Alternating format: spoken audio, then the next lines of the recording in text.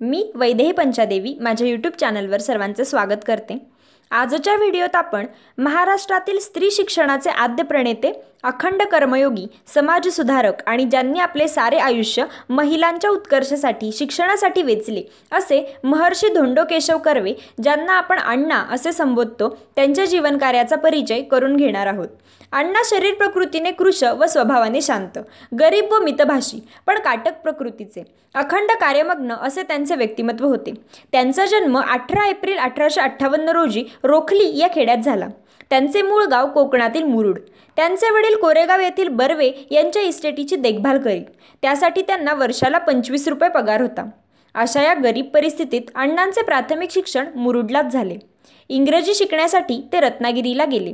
तेथे दरमहा 1.5 रुपये शिष्यवृत्ती मिळत होती। अत्यंत काटकसरीने राहून ते मॅट्रिक झाले। पुढे मुंबईला विल्सन कॉलेजात गेले। तेथे त्यांना 8 रुपये शिष्यवृत्ती मिळत होती। अर्धपोटी राहून 1884 साली ते BA झाले। वयाच्या अवघ्या 12व्या वर्षी त्यांचे पहिले लग्न झाले होते। संसार चालवण्यासाठी ते वेगवेगळ्या हायस्कूलमध्ये नोकऱ्या करून शिवाय काही शिकवणेही करीत। 1891 साली त्यांची पत्नी वारली। त्याच दरम्यान नामदार गोखले यांनी फर्ग्युसन कॉलेजात गणिताचे प्राध्यापक म्हणून त्यांची नेमणूक केली। पुढे डेक्कन एज्युकेशन सोसायटीचे ते आजीव सेवक झाले।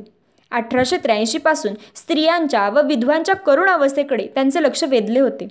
त्या काळात बालविवाहाची पद्धत रूढ होती। मुलींना शिक्षण वर्ज्य होते। विधवांना संपत्तीचा अधिकार नव्हता। केशवपनाची दुष्ट प्रथा प्रचलित होती। हे पाहून निराधार विधवा मुलींचे उत्थान करण्यासाठी व स्त्री शिक्षणाचा प्रचार करण्यासाठी आपली सारी हयात वेचण्याचे अण्णांनी ठरविले। पंडित विष्णू शास्त्री, पंडित ईश्वरचंद्र विद्यासागर तसेच पंडिता रमाबाई यांनी हे कार्य करण्यास अण्णांना प्रेरणा दिली। अण्णांनी स्वतः 1893 साली गोदूबाई नावाच्या विधवेशी पुनर्विवाह केला। विधुरांनी विधवेशीच लग्न करावे असे त्यांचे ठाम मत होते। त्याच वर्षी त्यांनी विधवा विवाह मंडळ स्थापन केले। 1898 साली त्यांनी पुण्यात महिलाश्रम काढला। 1899च्या सुमारास त्यांना हिंगणे येथे जागा मिळाली व आपल्या संस्था त्यांनी तेथे नेल्या।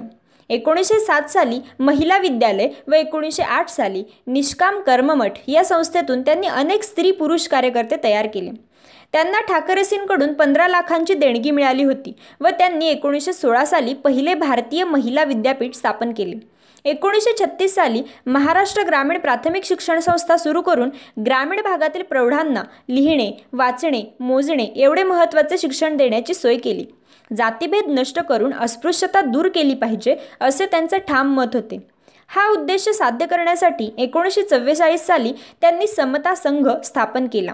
आपल्या संस्थांसाठी देणग्या मिळवण्याकरता त्यांनी परदेश दौरेही केले। तेथे त्यांनी भारतीय स्त्रियांच्या परिस्थितीबाबत व्याख्याने दिली। परदेशातील स्त्री शिक्षण संस्थांना पण भेटी दिल्या। 1947 साली मानवी समता नावाचे मासिक पत्रक त्यांनी सुरू केले। त्यांच्या अपूर्व कार्यामुळे बनारस, पुणे SNDT या विद्यापीठांनी त्यांना D.Litt ही पदवी प्रदान केली, तर मुंबई विद्यापीठाने LLD ही पदवी दिली। पुणे म्युनिसिपालिटीने येरंडवणाकडे जाणाऱ्या रस्त्याला कर्वे रोड असे नाव दिले।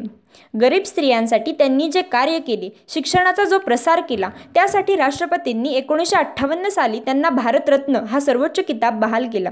1962 साली वयाच्या 104व्या वर्षी अण्णांचे दुःखद निधन झाले। त्यांना दीर्घायुष्य मिळाल्याने त्यांनी स्त्री शिक्षणाचे जे लहानसे रोप लावले होते, त्याचा वृक्ष पाहण्याचे भाग्य त्यांना लाभले होते। भारताच्या इतिहासात त्यांचे नाव चिरंतन झाले। पुढच्या व्हिडिओत अशाच एका प्रेरणादायी भारतरत्नाविषयी जाणून घेऊया। धन्यवाद।